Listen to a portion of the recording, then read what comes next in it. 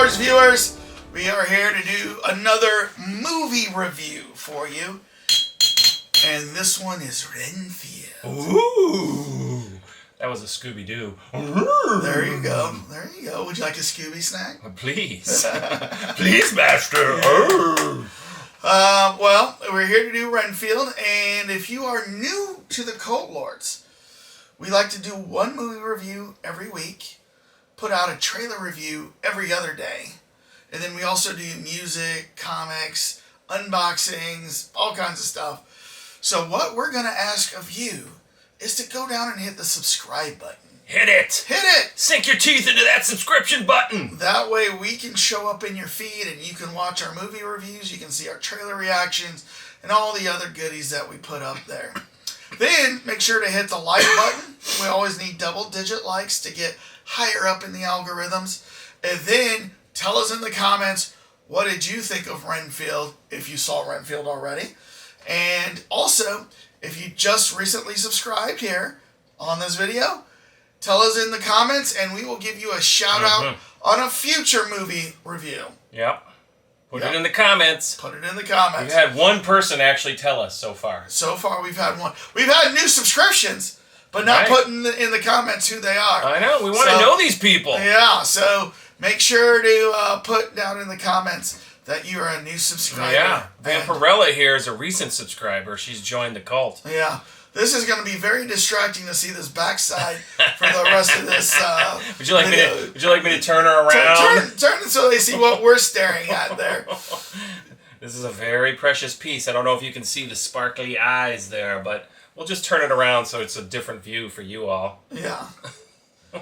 Yeah. There you go. That's the view we're looking at. All right, go ahead and let's make it PG-13 and put it back. We don't want to be too edgy. Yeah, not too edgy. We don't want to be too edgy. All right. So what are we doing? We should say also what's important. No. So what we're going to talk about or do right now is we're going to have a drink because Dana and I have known each other for more than 15 years, and we've been going to movies for 15 years. We usually start at the bar, have some drinks, go see the movie, go back to the bar, have some drinks, and talk about the movie. So, Dane, what are we drinking this week? Throw smoke in there, too. We're doing Pirate's Blood. Ooh. Seemed apropos. Look at that cool bottle. Yeah, a little blood. Kind of a nice color there. Oh, a little But skull. this is a honey wine with chili peppers added, so there's going to be a little bit of a kick and sweetness to it. Well, have you opened just that like yet? blood, you know, if you guys have ever drunk straight blood from the vein, it's just like this. Yeah. All right, and actually, let's it's see. the first time I'm trying this drink, too. So let's see what you think. Oh, so you're going to let me do the honors? Yeah. Smells spicy. Mmm.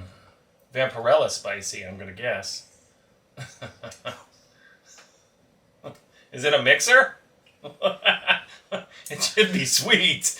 His face is concerning me. The first taste was like old leather or something. Taste that. It's perfect for a vampire.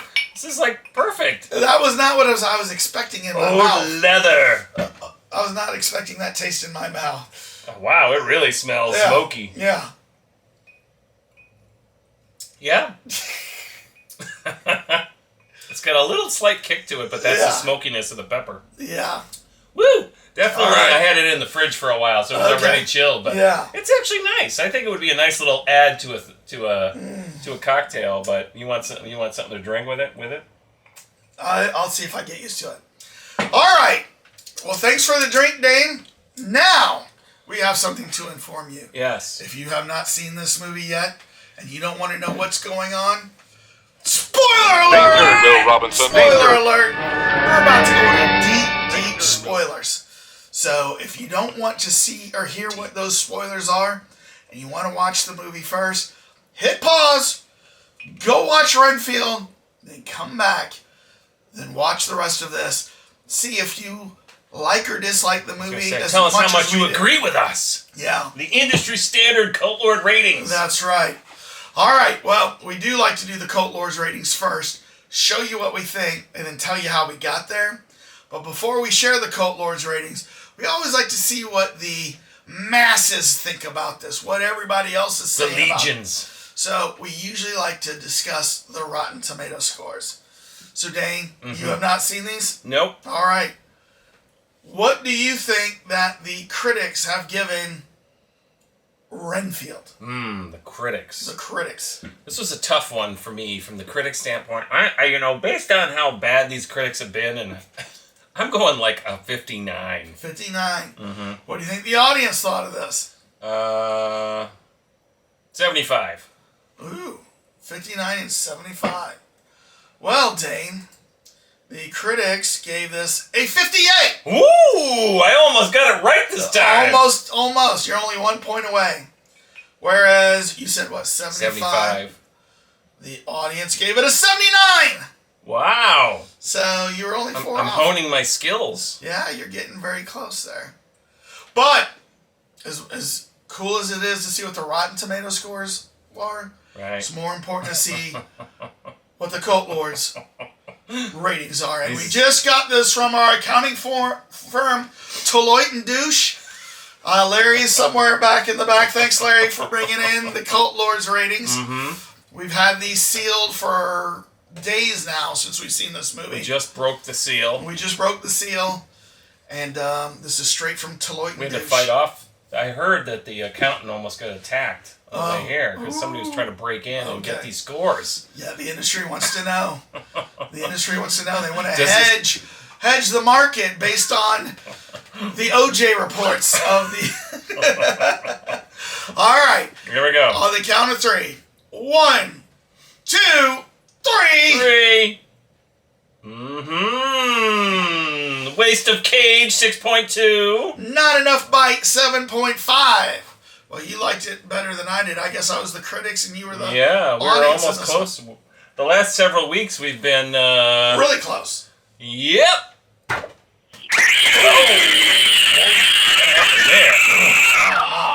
Last time I thought I put a stake through that thing. Okay.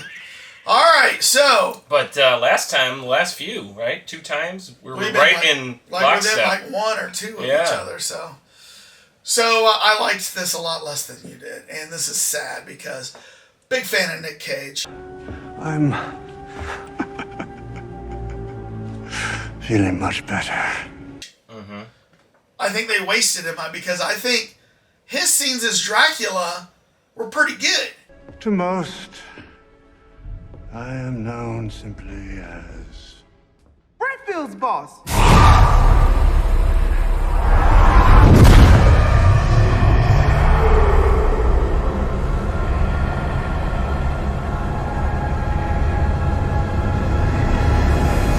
I am Dracula.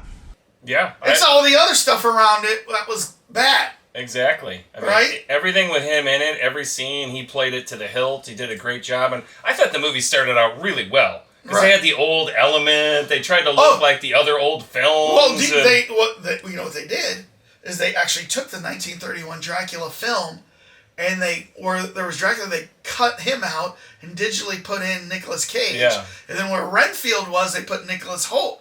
Even down to where, like, when he was going to bite the girl on the neck, that's straight out of the 1931 Right. Oh, Dracula. I know. I thought that was awesome. I was like, this movie started really well. Where it went downhill is Awkwafina's parts. You, been drinking tonight, sir? No. Why? You interested?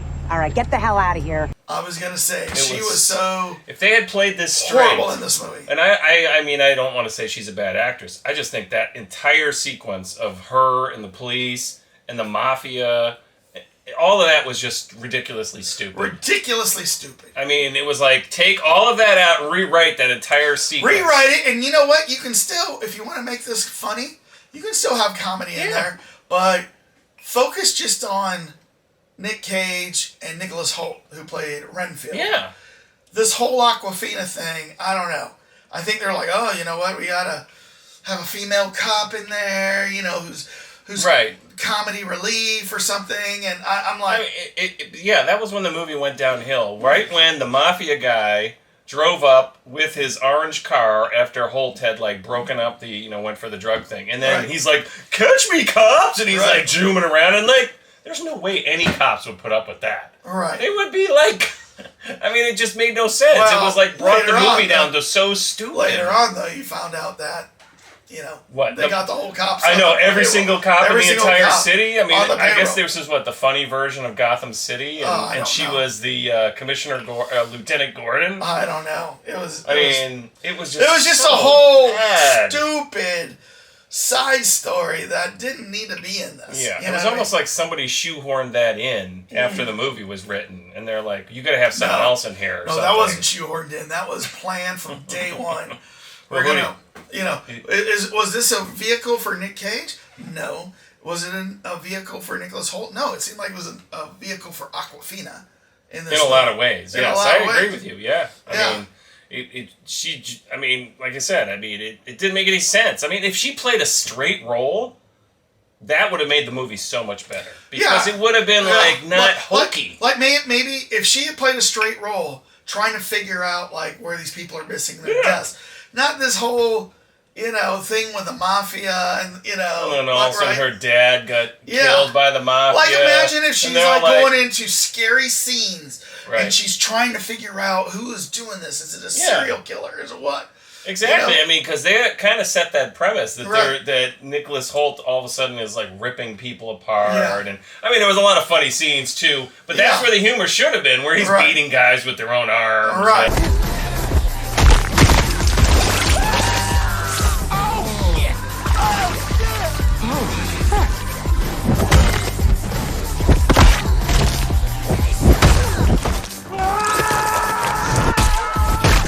And then Nicolas Cage being funny too, and then and I really liked the whole self-help group or whatever. I mean, You know what? I had no funny, problem too. with the self-help group. This is like way down the list of bad stuff, but he's also really into ska. The kind of music. Yes.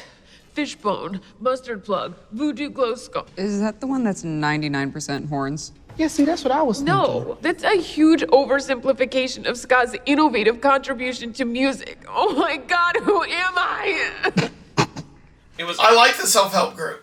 Is it growing on you? I'm still drinking. It's like regular blood. It grows on you after a couple of quarts.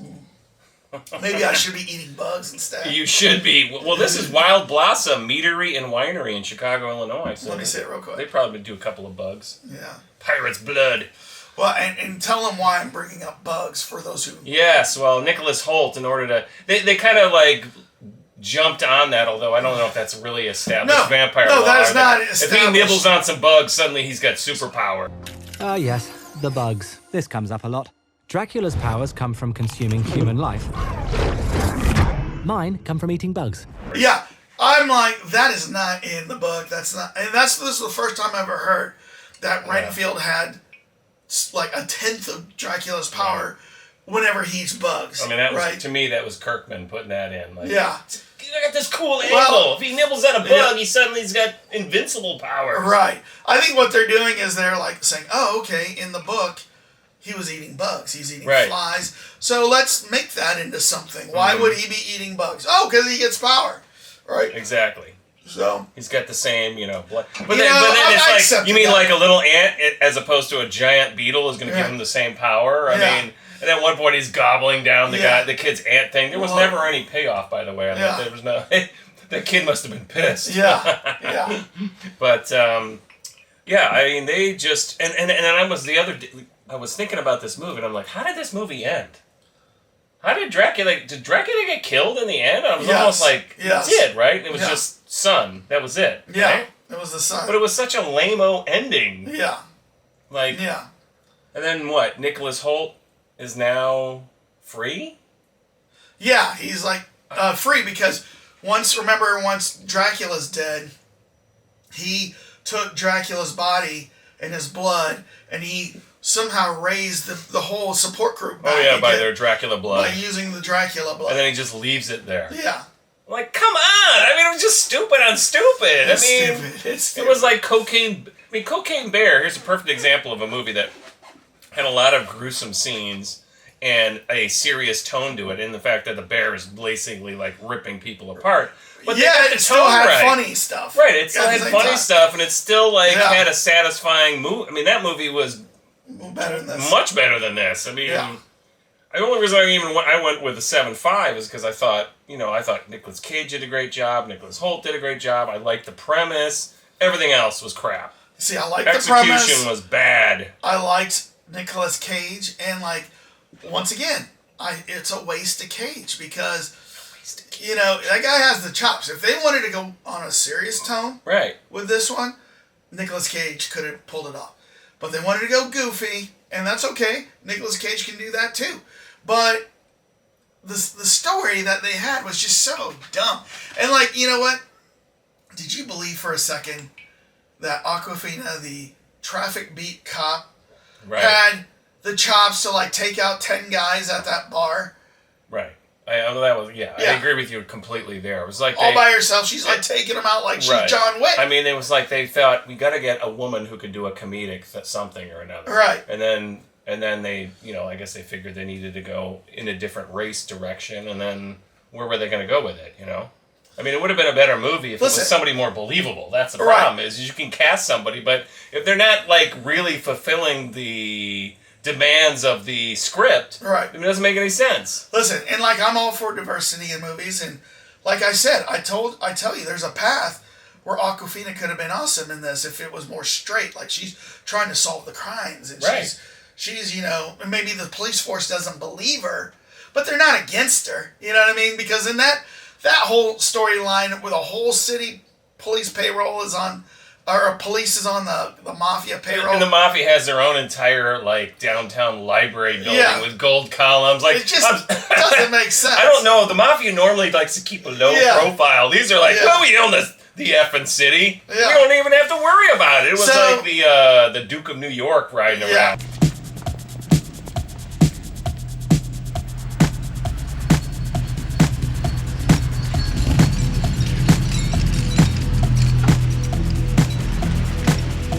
So I didn't have a problem with Awkwafina.